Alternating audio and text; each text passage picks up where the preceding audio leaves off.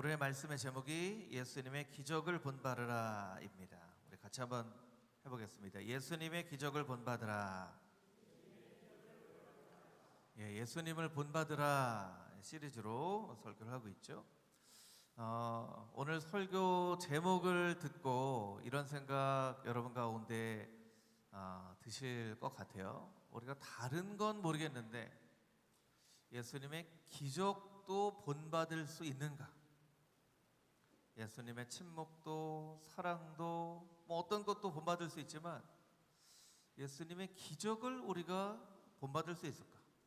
오늘날 우리가 살아가는 이 시대에 기적이 성경에 나와 있는 것처럼 똑같이 이루어질 수 있을까? 말 그대로 5,000명을 물고기 2마리와 보리떡 5개로 먹이는 일이 오늘날에도 가능할까? 여러분 어떻게 생각하세요? 예수님의 기적을 우리가 본받을 수 있을까요? 우리가 이런 질문을 좀 해보는 게 더 좋겠죠. 예수님의 기적을 본받기 전에 무엇이 기적인가? 무엇이 기적인가 우리가 생각을 먼저 해야 된다는 거예요. 우리가 보통 이제 오늘 본문의 말씀이 사복음서에 다 나와 있는 오병이어의 기적이죠. 물고기 2마리와 보리떡 5개로 5,000명을 먹이는 기적. 이것은 사실은 기적의 결과입니다. 기적의 결과예요. 그런데 기적의 시작은 어쩌면 예상보다 평범한 것으로부터 시작된다고 할 수 있어요. 여러분 혹시 제가 어떤 사람 이름을 말씀드릴 텐데 이 사람 혹시 여러분 들어보신 적 있는지 한번 좀 물어보고 싶습니다. 칸델라리 리바스 라모스라는 사람이에요. 칸델라리 리바스 라모스. 이게 외우기도 쉽지 않은 이름이죠. 멕시코에 사는 한 여성이에요. 30세 되는 여성. 라라무리족이라고 하는데요. 라라무리족은요, 그냥 작은 소수민족인데요. 라라무리라는 이름의 뜻이 발이 가벼운 사람들이라는 그런 그런 민족에 있는 30살 된 여성입니다. 이 여성이 작년 8월에 뉴스에 난 적이 있어요. 영상 한 2분 정도 되는 영상인데 영상을 같이 한번 이게 기적이죠. 이게 기적. 이 여인은요 심지어 마라톤을 처음 해본 사람이에요. 마라톤을 처음 해본 사람. 요즘 이제 마라톤이 전 세계적으로 붐이잖아요. 그래서 우리나라에도 이제 그냥 일반 마라톤 말고 이제 기안84라는 연예인이 극한84라고 하는 프로그램을 만들어서 적도에 가서 마라톤 하기도 하고 북극에 가서 마라톤 하는 그 마라톤이 최근에 텔레비전에 나오더라고요. 이 마라톤은 작년 8월에 멕시코에서 열린 울트라 사랑 마라톤입니다. 2025년 캐니언스 울트라 마라톤 대회. 그냥 평지를 가는 게 아니고요. 산을 갑니다. 42.19km도 긴데요. 63km를 뛰어요. 근데 참 이 63km를 뛰는 사랑 마라톤을 참가하기 위해서 42.19km를 완주한 수많은 기록이 있는 사람들이 이 멕시코 산으로 모여서 이 경기를 하는 거예요. 그런데 대부분의 많은 사람들이 중도에 포기하거나 하는 거예요. 그런데 이 마라톤에 참여하기 위해서 14시간 동안 걸어서 이틀 전에 도착했대요. 이틀 전에 도착한 이 여인이 그냥 치마 입고 지팡이 하나 들고 그리고 뛴 거예요. 뛰어서 여성부에서 남여와 통틀어서 1등이 아니고 여성부에서 1등을 했습니다. 17시간 34분 기록으로 1등을 했어요. 마라톤에 처음 출전한 사람이에요. 그러니까 이제 해외 토픽에 뉴스가 난 거죠. 이게 이제 자주 있는 일이 아니에요. 이 역사가 굉장히 오래됐는데 단 한 번 이 라라무리족 여인이 우승을 한 적이 있었대요. 그리고 이 여인이 이제 2번째인데 사람들이 이제 생각하는 거죠. 어떻게 마라톤을 한 번도 경험해 보지 않은 여인이 마라톤을 하려면 최고로 가벼운 옷을 입어야 되는데 긴 치마를 입고 신발도 제대로 된 신발도 안 신고 지팡이 하나 들고 어떻게 여성부 1등을 할 수 있을까? 세계에 정말 유명한 이 마라토너들을 제치고 1등을 할 수 있을까? 이게 말하자면 오늘날의 작은 기적이에요. 근데 이제 인터뷰를 합니다. 인터뷰를 해요. 무슨 동기로 어떤 힘이 나서 이 마라톤을 이렇게 하게 됐고 우승을 했다고 생각합니까? 그러니까 이 여인이 그냥 짧게 가족이라고 대답을 했다는 거예요. 이 가족의 어떤 의미일까요? 뭐 가족의 명예일까요? 아니면 어떤 상금을 받아서 쓸 일이 있었을까요?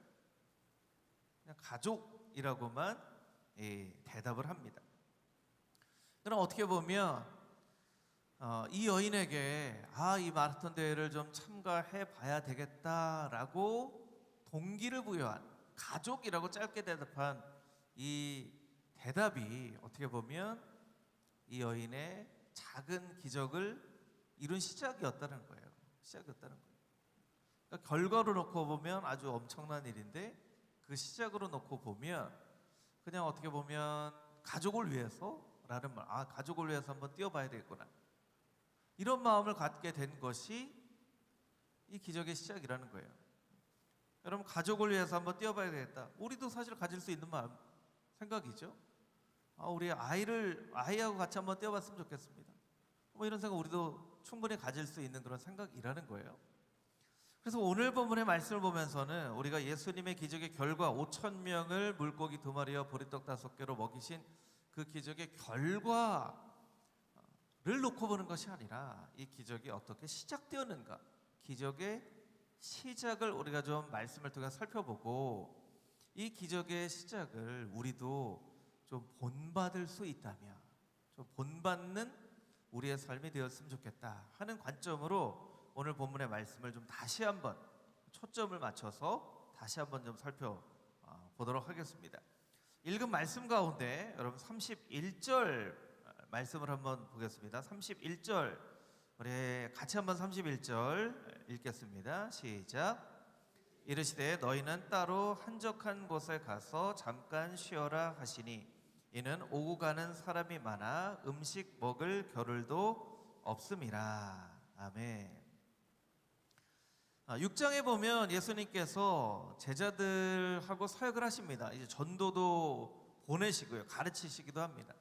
사람들이 너무나 많이 찾아와요. 얼마나 많이 찾아왔으면 음식을 먹을 잠깐의 틈도 없을 정도로 사람들이 많이 찾아왔어요. 예수님께서 제자들을 보니까 제자들이 이제 지친 거예요. 제자들 불러 모읍니다. 야, 이렇게 하다 니네 쓰러지겠다. 우리 좀 어디 가서 좀 쉬자. 니네 점심도 못 먹었지? 아니에요 주님, 아침도 못 먹었어요. 그래, 우리 좀 어디 쉬자. 어디 가서 쉬면 좋을까? 사람 없는 데로 가야죠. 사람들 없는 데로 갑니다. 그 마태복음과 누가복음에 보면요, 사람이 살지 않은 빈들을 찾았다라고 이야기를 하고 있어요.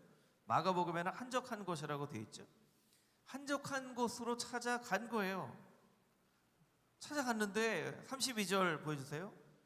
이에 배를 타고 따로 한적한 곳으로 가는데 33절 그들이 가는 것을 보고, 이제 예수님과 제자들이 가는 거예요. 가는 것을 보고 많은 사람이 그들인 줄 안지라 모든 고을로부터 도보로 그곳에 달려와 그들보다 먼저 갔더라.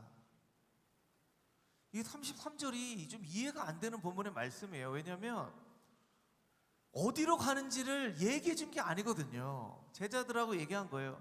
야, 어디 가서 좀 쉴까? 사람들 없는 데로 좀 가시죠.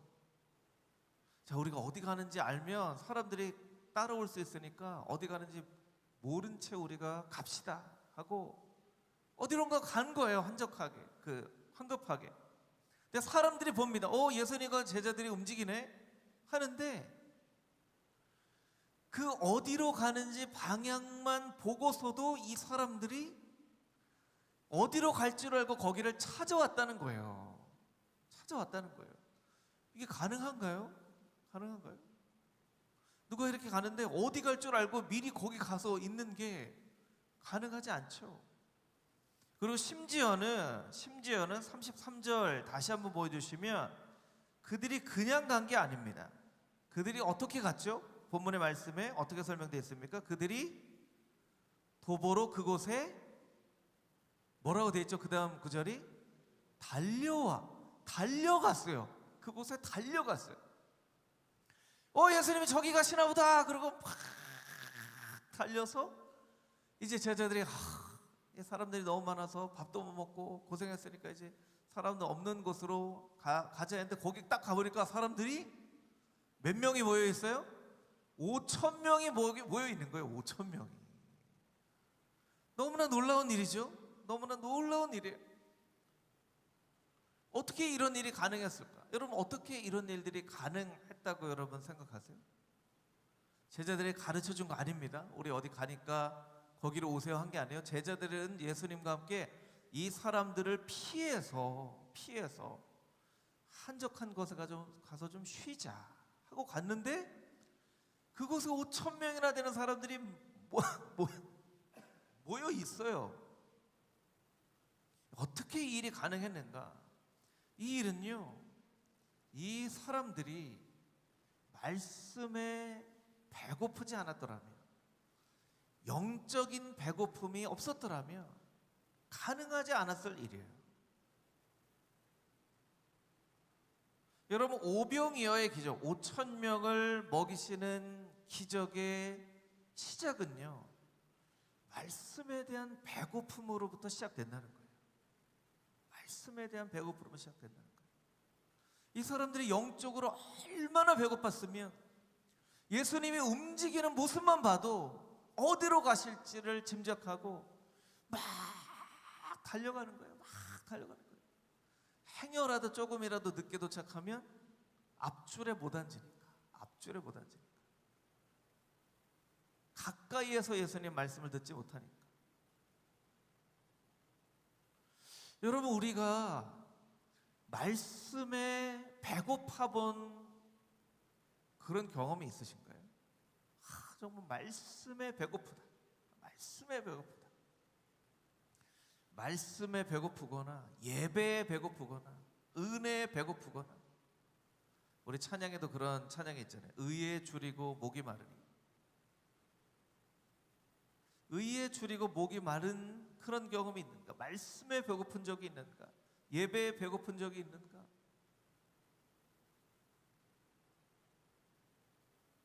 여러분, 예수님의 이 기적의 시작은 말씀의 배고픔으로부터 시작되었다는 것을 우리가 꼭 기억해야 돼요. 그래서 우리도 만약 하나님의 말씀에 정말 배고파서 하나님 말씀 꼭 듣고 싶습니다. 막 뛰어가는 이 오늘 본문의 사람들처럼 그런 마음을 우리가 가지고 있다면 우리의 삶 가운데도 이런 기적이 일어날 수 있다는 거예요. 여러분 스스로에게 그렇게 한번 질문해 보면 좋을 것 같아요. 나에게는 말씀의 배고픔이 있는가? 나는 예배의 자리로 달려 나올 때 말씀에 대한 배고픔으로. 여러분, 배고플 때 밥 먹는 자리에 가면요, 시장이 반찬이라고 그냥 막 허겁지겁 먹게 되잖아요. 너무 막 먹고 싶잖아요. 그런 마음으로 하나님 말씀을 듣고 있는가? 그것을 우리가 한번 질문해 봐야 한다는 거예요. 오늘 본문의 기적은 말씀의 배고픔으로부터 시작이 됩니다. 우리 35절 말씀 우리 같이 보도록 하겠습니다. 35절부터 37절까지 있는 말씀을 우리 같이 한번 다시 읽어보도록 하겠습니다. 35절부터 37절 말씀입니다. 시작.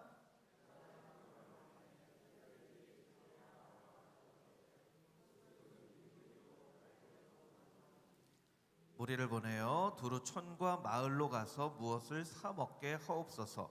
대답하여 이르시되 너희가 먹을 것을 주라 하시니 여짜오되 우리가 가서 200데나리온의 떡을 사다 먹이리이까. 아멘. 이 상황은 사실은 제자들에게 그렇게 반가운 상황은 아니죠. 왜냐하면 지금 제자들이 너무 바빠서 먹을 틈도 없어서 한적한 곳으로 가서 좀 먹고 좀 쉬려고 했는데 그곳에 더 많은 사람들이 온 거예요. 그런 제자들이 그 사람들이 반가웠을까요? 반갑지 않았겠죠. 아, 왜 여기까지 또 왔어? 좀 쉬어야 되는데 왜 여기까지 또 왔어? 그런데 35절 말씀 보니까요, 때가 저물어 가매 제자들이 예수께 나와 여짜오되, 해가 저물어 갈 때까지 예수님께서 가르치신 거예요. 그 34절을 보시면 예수께서 나오사 큰 무리를 보시고 그 목자 없는 양 같은으로 인하여 불쌍히 여기사 이에 여러 가지로 가르치시더라. 여러 가지로 가르치시더라. 예수님께서 이것만 가르쳐 주셔야 되는데요, 이것도 가르치고 이것도 가르치고 이것도 가르치고, 그래 이것도 또 가르쳐 줄까? 가르치다 보니까 이 해가 저무는 거예요. 그러니까 제자들의 입장에서 생각을 해보면요, 예수님이 참 눈치가 없으신 거예요. 눈치가 없어요.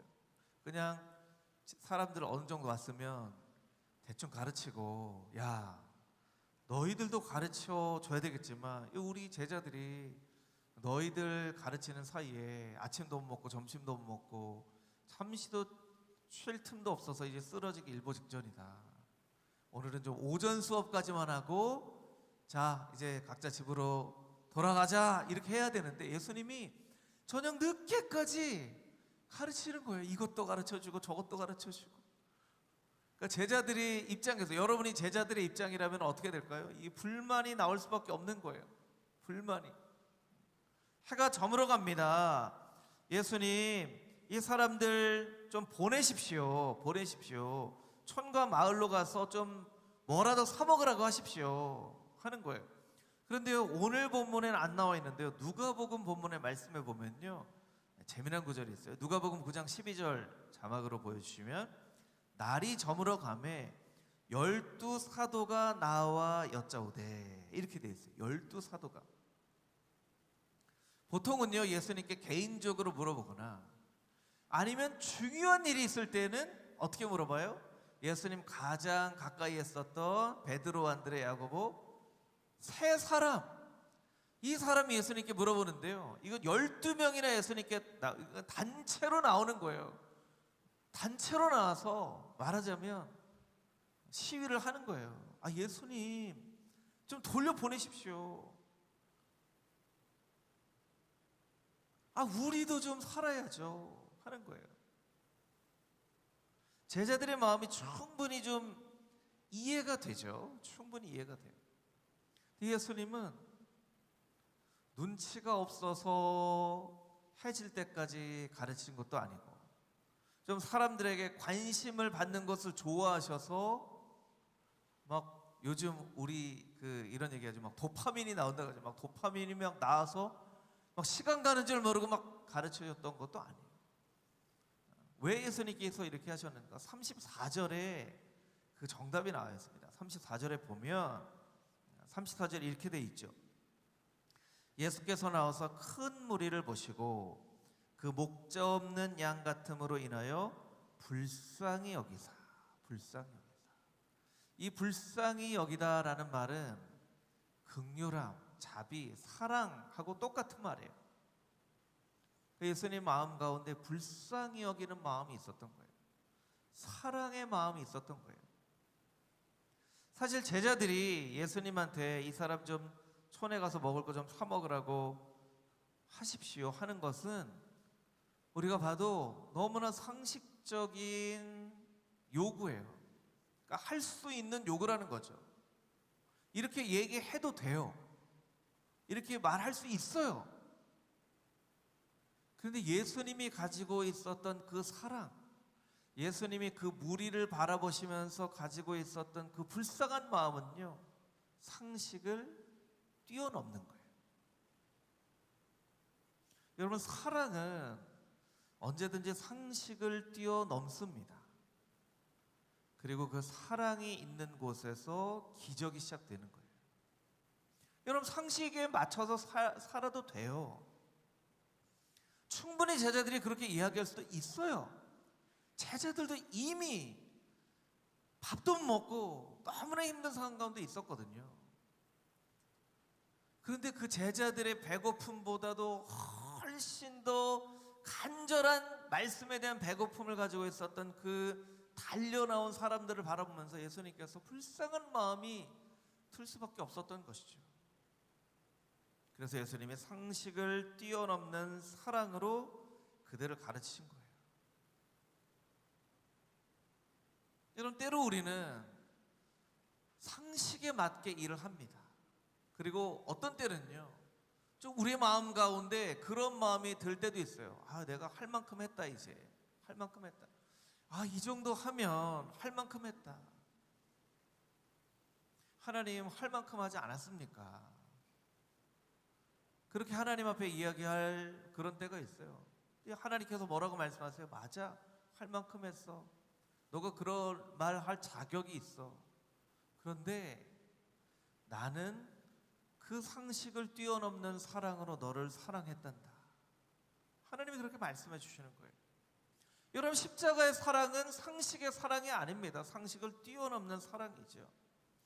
여러분, 자녀들을 많이 키워보셨겠지만 여러분, 자녀들 키울 때 상식으로는 자녀들을 못 키워요. 상식으로는 자녀들을 못 키워요.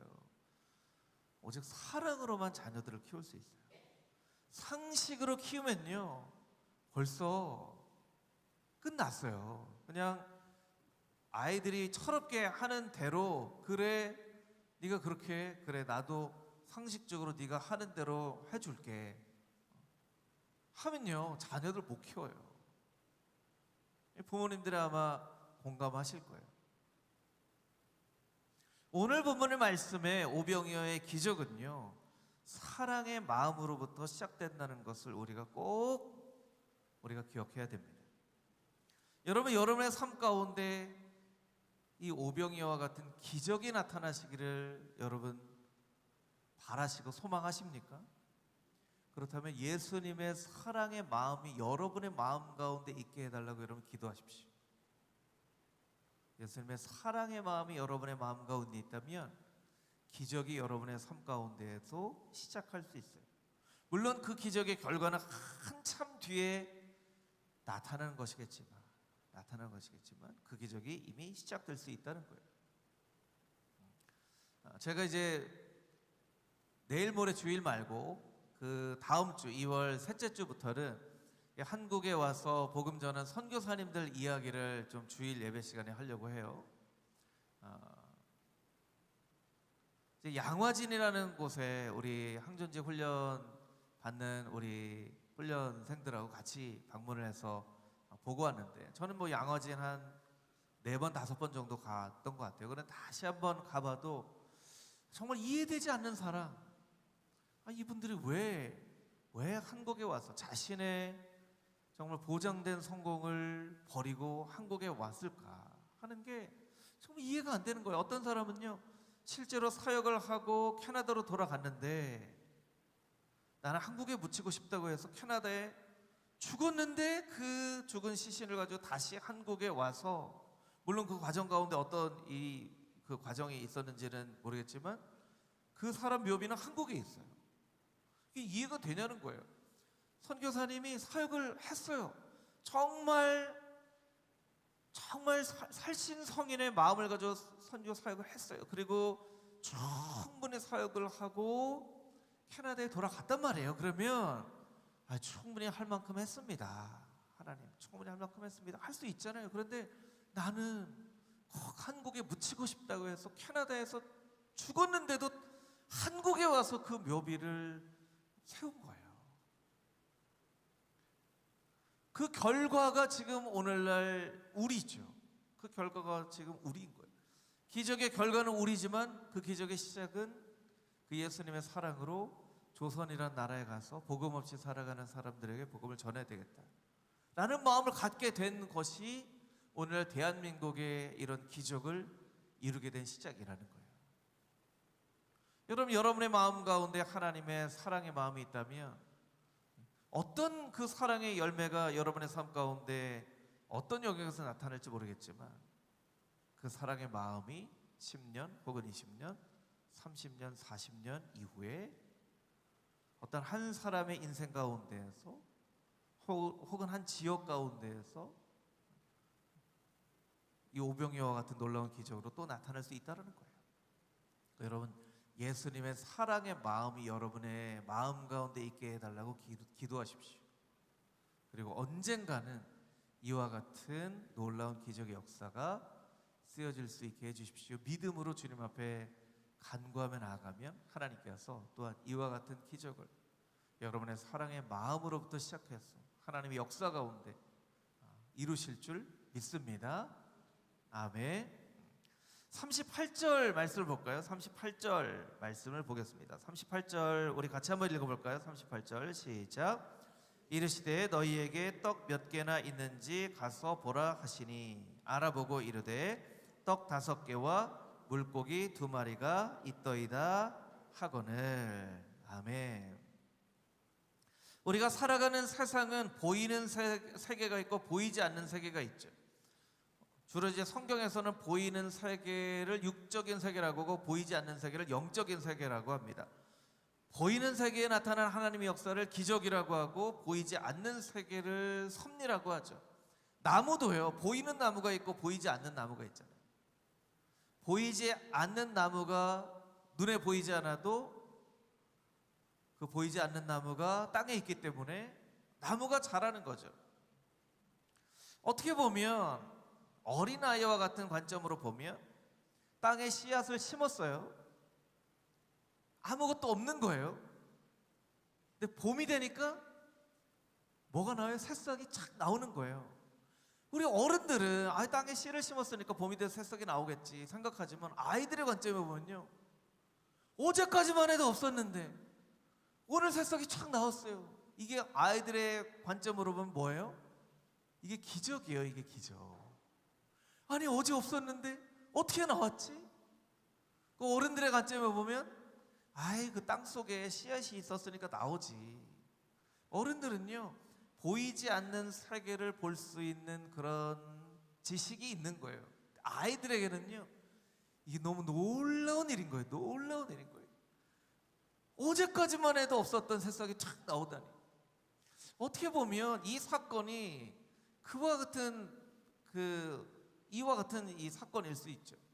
어떤 사람들이 이것을 과학적으로 말이 안 된다고 얘기합니다. 과학에는 뭐가 있죠? 질량 보존의 법칙이 있잖아요. 질량 보존의 법칙. 질량 보존의 법칙으로서는요, 물고기 2마리와 보리떡 5개가 5,000명을 먹이고도 12광줄이나 남는 그런 많은 양으로 절대로 될 수가 없어요. 될 수가 없어요. 근데 하나님은 과학을 뛰어넘는 분이시니까 보이지 않는 세계에서 하나님께서 어떻게 역사하실지 우리는 모르죠. 우리는 몰라요. 여러분, 기술이 발달하면서 예전에는 기적과 같은 일들이 오늘날에는 상식이 되어지죠. 상식이 되어집니다. 예전에 영화를 보면요, 미래의 세계에서는요, 운전을 하지 않아도 다 차에 타면 어디로 가죠. 그러면 사람이 운전 안 하고 탁 있으면 이렇게 착 어디로 막 데려다 주고 막 그러잖아요. 그런 시대가 여러분 우리 앞에 펼쳐졌습니다. 그죠? 얼마 전에 일론 머스크가 그런 얘기했죠. 2030년까지 각 가정마다 로봇이 다 있게 될 거다. 여러분 뉴스에서 봤어요. 저도 직접 보지는 않았지만요, 여러분 지금 이마트에 가면요, 로봇 코너가 있대요. 로봇 코너. 한번 이마트 한번 가보세요. 내일 진짜로 로봇 코너가 있는지. 아니 로봇 코너가 있대요. 그래서 거기 와서 사적 보행을 하는 로봇, 이족 보행을 하는 로봇을 실제로 지금도 살 수가 있다는 거예요. 아니 한 10년, 20년 전만 해도 20년 뒤에 가면요, 이마트에 가면 이렇게 냉장고, 세탁기, 텔레비전 파는 한쪽에 로봇 팝니다 하는 그런 때가 올 거예요. 그러면 20년 전에 사람들이 뭐라고 얘기했을까요? 말도 안 되는 소리 하고 있어. 그거는 공상과학 영화에나 나오는 일이지라고 얘기했을 거예요. 그런데 지금 가면 로봇을 파는 그런 코너가 있다라는 거예요. 그러니까 사실은요, 우리가 하나님 말씀을 가지고 우리의 생각이나 과학이나 상식으로 하나님 말씀이 말이 되느니 말이 안 되느니 하는 것을 따지는 것은요, 사실은 조금 불필요한 일이에요. 왜냐하면 하나님이 말씀으로 천지를 만드셨다는 것을 우리가 아는데 어떻게 질량 보존의 법칙을 넘어서서 이런 일이 일어날 수 있는가? 이 생각하는 것 자체가 안 되죠. 그러면 이것을 과학적으로 증거를 하는 것보다 어떤 과정을 통해서 이런 일이 일어났는가. 오늘 본문의 말씀에 보면요, 예수님께서 제자들에게 물어보세요. 너희들에게 먹을 게 얼마나 있는가를 한번 알아봐라. 요한복음에는 이렇게 돼 있죠. 요한복음 6장 8절 9절 말씀, 우리 자막으로 한 목소리 읽어보겠습니다. 시작.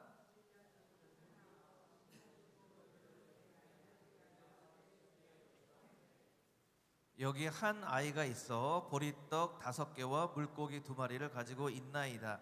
그러나 그것이 이 많은 사람에게 어떻게 되겠사옵나이까. 이 한 아이가, 어머니가 싸진 도시락이 있어요. 보리떡 5개, 물고기 2마리. 여러분, 애들도요 눈치가 있어요. 어떤 눈치가 있어요? 지금 이 타이밍이 도시락을 꺼낼 타이밍인가 아닌 타이밍인가가 눈치가 있어요. 지금 도시락을 꺼내면 돼요, 안 돼요?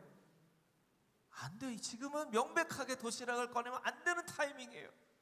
그리고 여러분, 어린아이들은요 어른들보다도요 자기 것에 대한 집착이 있어요. 어른들은 자기가 좀 배고파도, 누가 배고픈 사람이 그거 좀 나눠줘 그러면 배고픔에도 불구하고 나눠줘요. 그런데 아이들은요 나눠줘요, 안 나눠줘요? 우리 아동부 교사, 유치부 교사들, 우리 애들 잘 나눠줘요, 안 나눠줘요? 안 나눠줘요. 방금 전까지 제 손에 있었는데, 자 이거 줄까? 그리고 줬는데, 자 이거 한 입만, 그러면 싫어, 안 돼, 내 거야. 방금 전에 제가 줬는데 자기 거래요. 이게 애들이에요. 그런데 이 아이가 물고기 2마리와 보리떡 5개를 나눠줬다는 거예요. 여러분, 이게 기적이에요. 이게. 그러니까 기적은 어디서부터 시작합니까? 나눔으로부터 시작되는 거예요. 나눔으로부터 시작돼요. 그리고 오늘 본문의 말씀 41절 말씀을 보시면, 41절에 보면 이렇게 돼 있죠. 예수께서 떡 5개와 물고기 2마리를 가져서 하늘을 우러 축사하시고 떡을 떼어 제자들에게 주어 사람들에게 나누어 주게 하시고. 사람들에게 떡과 물고기를 나눠준 거는 제자들이에요. 그럼 여러분, 제자들에게 떡과 물고기를 나눠주면 사람들이 나눠주는 제자들에게 뭐라고 얘기하겠어요? 내 거 주세요 이렇게 얘기하겠어요? 아니면 고맙습니다 하겠어요? 고맙습니다 하겠죠. 나눠줄 때마다 사람들이 고맙습니다, 고맙습니다 하는 거예요. 제자들은 어떤 마음이에요? 우리는 그냥 주님이 다 하시고 우리는 나눠줬을 뿐인데 하는 거죠. 여러분, 세상은요 풍요로워지기 위해서는 더 움켜잡아야 된다고 얘기를 하는데요, 성경은요 나눠줄수록 더 풍요로워진다고 얘기합니다. 세상의 법칙과는 달라요. 세상은 더 많은 것을 움켜잡아야 풍요로워지는데, 기독교 신앙은 더 많이 나눠주는 것이라고 얘기해요. 그리고 제자들이 주님께서 다 하신 일이고 나는 그냥 나눠줬을 뿐인데 하는 마음, 그 마음과 동일하게 우리에게도 나눠주라고 말씀하세요. 우리가 왜 못 나눠줘요? 주님이 하신 거라고 생각하지 않기 때문에 그래요. 그러니까 내가 수고해서 한 건데 내가 왜 나눠줘 하는 거예요. 여러분, 예수님이 오병이어로 이렇게 많은 사람들이 먹을 수 있는 음식을 만드셨어요. 제자들은 그저 나눠줄 뿐이에요. 우리는 우리가 만들었다고 생각하니까 못 나눠주는 거예요. 만약에 예수님께서 다 하신 일이라고 생각하면 제자들처럼 똑같이 할 수 있는 거예요. 이거 그냥 주님이 다 하신 일이고 우리는 그냥 나눠줬을 뿐인데 할 수 있는데, 우리는 내가 했다고 생각하기 때문에 나눠줄 수가 없어요. 여러분, 기적은 나눔으로부터 시작하는데 그 나눌 수 있는 마음은 이게 다 주님께서 하신 일입니다 라는 생각을 가지면 할 수 있는 거예요. 여러분 돈 다 주님께서 하신 일이라고 생각하면 나눠줄 수 있어요. 내가 수고하고 내가 노력하고 내가 잠 못 자고 내가 먹을 거 안 먹고 그래서 내가 번 돈이다 생각하면 못 나눠요. 못 나눠요. 그 우리의 마음이 바뀌어져야 되는 거예요. 주님이 다 하셨습니다. 나는 그저 나누어 줄 뿐입니다 하는 마음을 가질 때 오병이어의 기적이 나타나는 거예요. 여러분, 그런 나눔의 마음이 여러분들의 삶 가운데 있기를 소망합니다. 그리고 예수님의 행하시는 기적에 제자들과 같이 함께 동참하는 금호종강의 모든 성도님들이 다 되어줄 수 있게 되기를, 예수님의 기적을 본받을 수 있는 하나님의 백성 되어줄 수 있게 되기를 주님의 이름으로 축복합니다. 아멘.